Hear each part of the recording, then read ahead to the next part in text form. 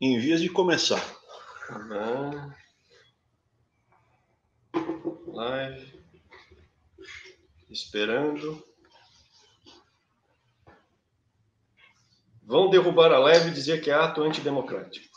A adoção já acabou? Tudo bom, Luiz?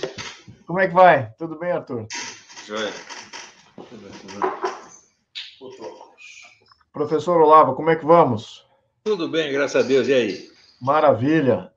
Como é que anda aí a avaliação da fraude aí nos Estados Unidos? Olha, o povo acredita piamente no Trump. Chat ao vivo. A mídia não. Agora, se você vê os comícios do Biden, que é 30 pessoas, 40 pessoas, ele não tem apoio popular. Mas essa votação dele é obviamente fraudulenta. Não tem outra explicação. Eu já vi fraude quando eu morei nos Estados Unidos, na eleição do Bush versus Gore. Quem contava voto ganhava. Então, nitidamente, você vê que o sistema é fraudável. Agora, temos dois tipos de fraude, né? A fraude manual, junto com o sistema faz a contagem, ou ao menos a coleta dos votos, e depois você faz uma contagem manual. E é como aqui no Brasil também. Aqui não temos o lado manual, mas temos tudo digitalizado. Mas os dois são fraudáveis, do mesmo jeito. Sim.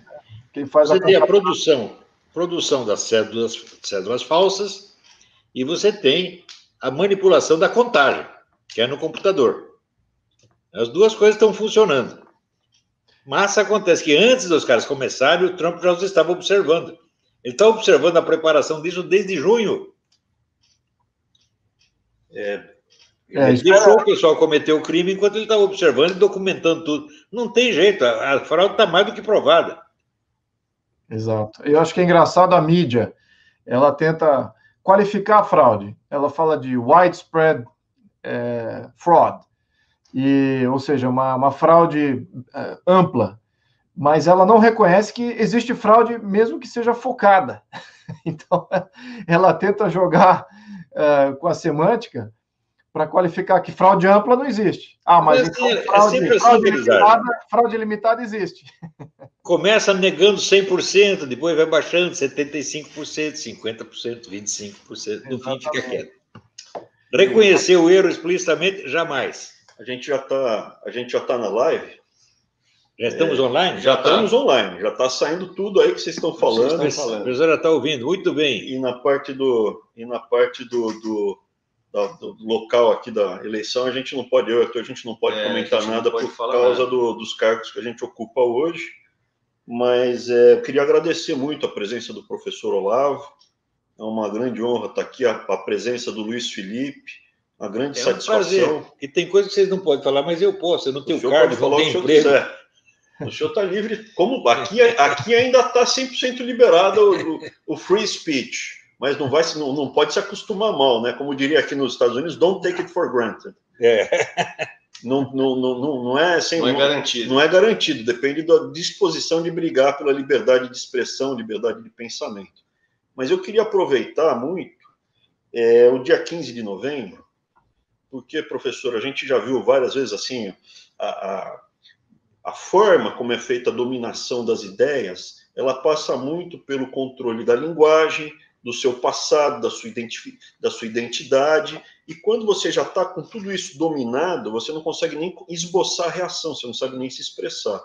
E olhando para a história do Brasil, o dia 15 de novembro de 1889 é um dia onde houve um grande golpe, que depois foi transformado numa grande mentira.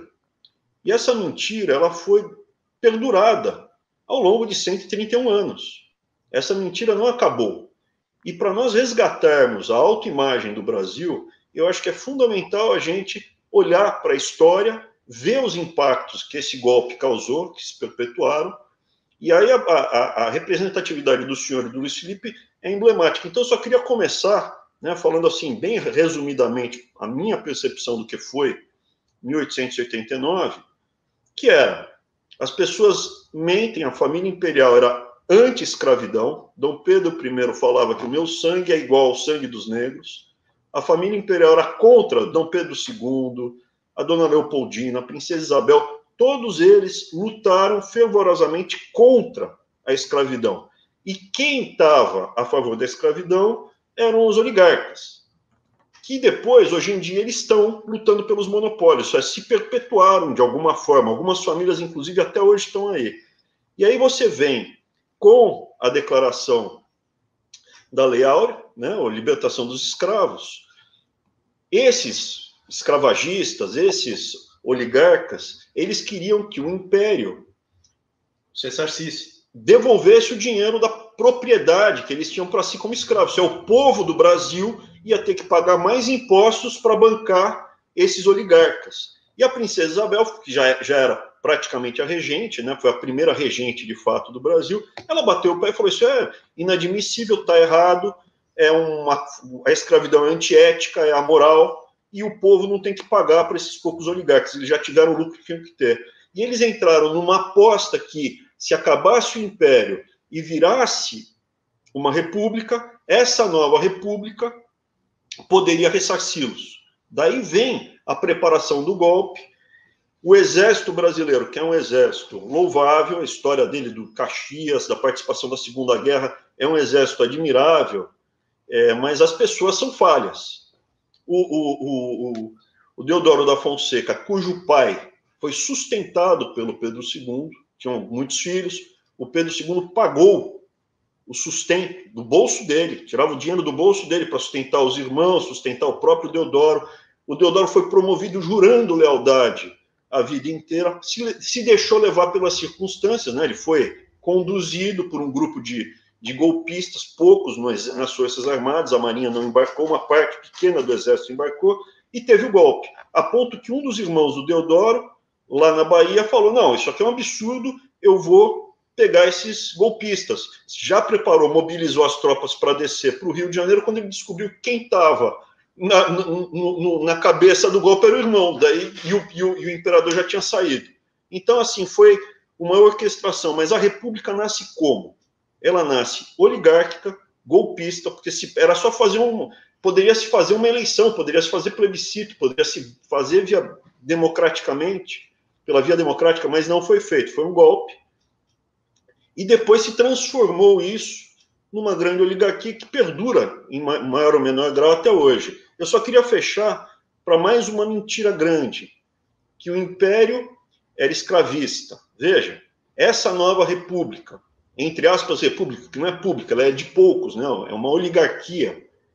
Ela era escravagista e era anti os movimentos negros, que o José do Patrocínio, que era um grande organizador de movimentos negros, que fez a Guarda Negra da Redentora, que era uma guarda de libertos, negros libertos, que estavam se preparando para defender as instituições, e no caso, né, a Redentora, que era a Princesa Isabel, logo no começo da República, foi banido qualquer organização negra, foi proibida que houvesse qualquer movimento negro, e a capoeira foi proibida no Brasil, além de tantas outras coisas, né? Uma das primeiras coisas foi aumento de salário para os envolvidos, aumento de benefício para os envolvidos.